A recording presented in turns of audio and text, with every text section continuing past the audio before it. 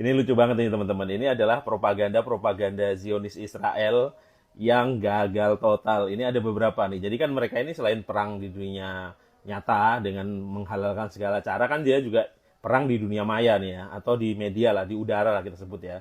Nah, dengan berbagai cara juga, termasuk memakai kebohongan itu.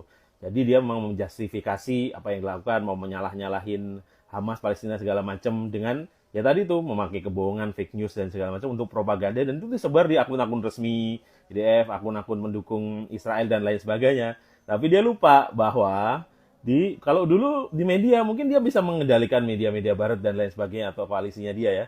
Tetapi di media sosial itu seluruh dunia melihat dan seluruh dunia bisa melakukan cek fakta dan bisa meng-counter kebohongan-kebohongan itu. Nah, ini ada beberapa contoh propaganda bohong yang dilakukan Israel, lalu kemudian ketahuan bohongnya dan berbalik menjadi sekarang jadi bulan-bulanan lah di media sosial dan juga media juga gitu.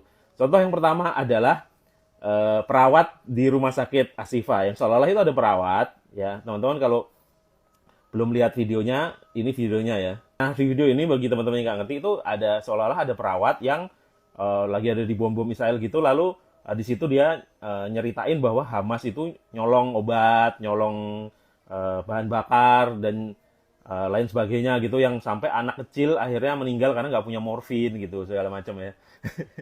Ternyata kemudian dibongkar sama netizen seluruh dunia, itu nggak hanya orang-orang Palestina yang bongkar, itu seluruh dunia bahwa itu fake gitu, dari suara bomnya, dari acting ini yang kurang meyakinkan, bahkan pengucapan bahasa Arabnya pun salah segala macam gitu, termasuk itu apa namanya, alat pendengaran dokter yang dipakai itu juga nggak yang biasa dipakai di rumah sakit Ashifa itu gitu. Dan ini kan kemudian wah, sampai media barat pun kemudian melakukan cek fakta dan menemukan ini tidak akurat gitu, ini hoax gitu. Nah, ini lucu sih, lucu banget, sekarang lagi digoreng di mana-mana di media sosial, lagi viral gitu. Ini lucu, tapi kenapa Israel bikin ini? Ini karena dia pengen menjustifikasi dia mau ngebom rumah sakit gitu. Ngebom di rumah sakit itu bener kan, rumah sakit itu kata dia dijadikan sarang Hamas di bawahnya gitu. Ya seperti yang pernah dikatakan juru bicara IDF kan, bahwa rumah sakit Indonesia di Gaza itu di bawahnya ada tunnelnya Hamas segala macam.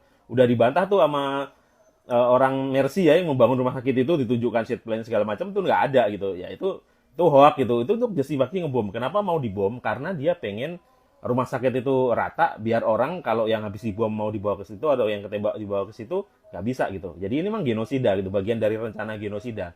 Karena apa? Untuk ngebom rumah sakit itu orang agak setengah gila pun bilang itu nggak bener gitu loh, apalagi orang waras gitu. Nah, dia mau cari-cari nih pembenaran nih, ternyata orang tidak segila orang Israel gitu. Nah, kedua yang juga kagak kalah lucu, ini lucu banget nih, sampai sekarang jadi meme lucu-lucuan.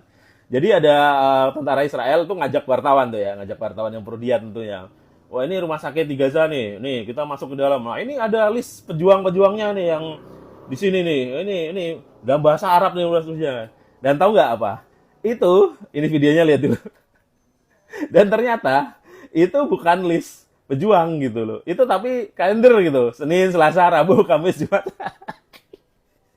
Sekarang jadi guyonan nih, ya Allah. Gini amat ya, jadi sampai pakai wak. Nah, tapi ini nggak heran sih ya. Buzzer-buzzernya di Indonesia pun tuh meneladani tuh penyebar-penyebar hoak junjungannya itu. Nah, beberapa kali di konten saya, baik di YouTube juga, di TikTok, di Instagram tuh suka, terutama di YouTube ya, suka ada yang kalau ngomongin sejarah gitu, tiba-tiba ada akun yang komen gitu dengan hoak banget gitu loh. Pemahaman sejarah versi dia tapi hoak banget. Biasanya saya bantah gitu. Sebenarnya nggak usah susah-susah, di googling pun kita ketemu yang benernya gitu. Nah, ketika saya jawab, apa yang dilakukan? Dihapus komennya dia. Jadi komen saya, balasan saya ikut hilang gitu. Nah, tapi ketika tidak saya hapus, itu ada tuh. Nah, jadi kan saya capek sendiri tuh ya, tadi balas-balasin. Tapi nggak apa-apa, saya ini bersedia capek kok kalau untuk beginian gitu. Terus dia nggak jawab lagi ya, karena pertama dia nggak follow, nggak subscribe segala macam, tapi memang dia operasi gitu. Jadi dia operasi ke akun-akun pendukung Palestina atau yang dinilai anti Israel, lalu mereka akan ngasih fakta yang hoax gitu. Nah, kalau yang dari pusatnya aja itu nyebar hoax gitu lah, apalagi yang buzzer-buzzer di sini yang kelas coro lah itu, dia aja pakai, nggak berani pakai akun sendiri kan, cuman pakai akun telur, followernya cuman beberapa ekor gitu, kita sebut ekor aja gitu, lalu di private segala macam, lalu dia ngelempar-lempar data sejarah yang nggak akurat sih. Itu kalau kita membaca, kalau saya kan udah baca buku banyak ribuan buku lah gitu. Termasuk buku-buku soal Yerusalem, soal Palestina segala macam itu nggak kemakan. Tapi kan kalau orang lain membaca komen itu bisa salah gitu. Makanya terus saya akan imbangi gitu loh. Nah, kebayangkan orang yang nggak ngerti. Nah, makanya teman-teman dalam perang nasi ini teman-teman perlu perlu update juga gitu, baca-baca, lihat-lihat segala macam gitu. Nah, sama juga pendukung-pendukung perang narasi ini yang mungkin bukan buzzer ya, tapi sukarela, mungkin berdasarkan keyakinan, berdasarkan apalah segala macam itu juga banyak yang ngomong-ngomong gitu. Yang paling lucu ya ngomong kita ini harus pakai data sejarah gitu. Pas ngomong data sejarah juga ngomong apa? Dari kitabnya. Sejak kapan kitab suci jadi data sejarah? Ya lucu sih. Lucu. Tapi ya namanya juga orang usaha ya kan, kayak usaha membela-bela. Cuman saya ini mau ngingetin nih, terutama bagi yang di Indonesia nih ya. Kita ini orang Indonesia, hidup di Indonesia. Yang mengikat kita ini apa? Konstitusi. Apa bunyi konstitusi itu? Bahwa sesungguhnya kemerdekaan itu adalah hak segala bangsa. Dan oleh sebab itu, maka penjajahan di atas dunia harus dihapuskan karena tidak sesuai dengan pri kemanusiaan dan pri keadilan. Sejak SD kita diajarin ini loh.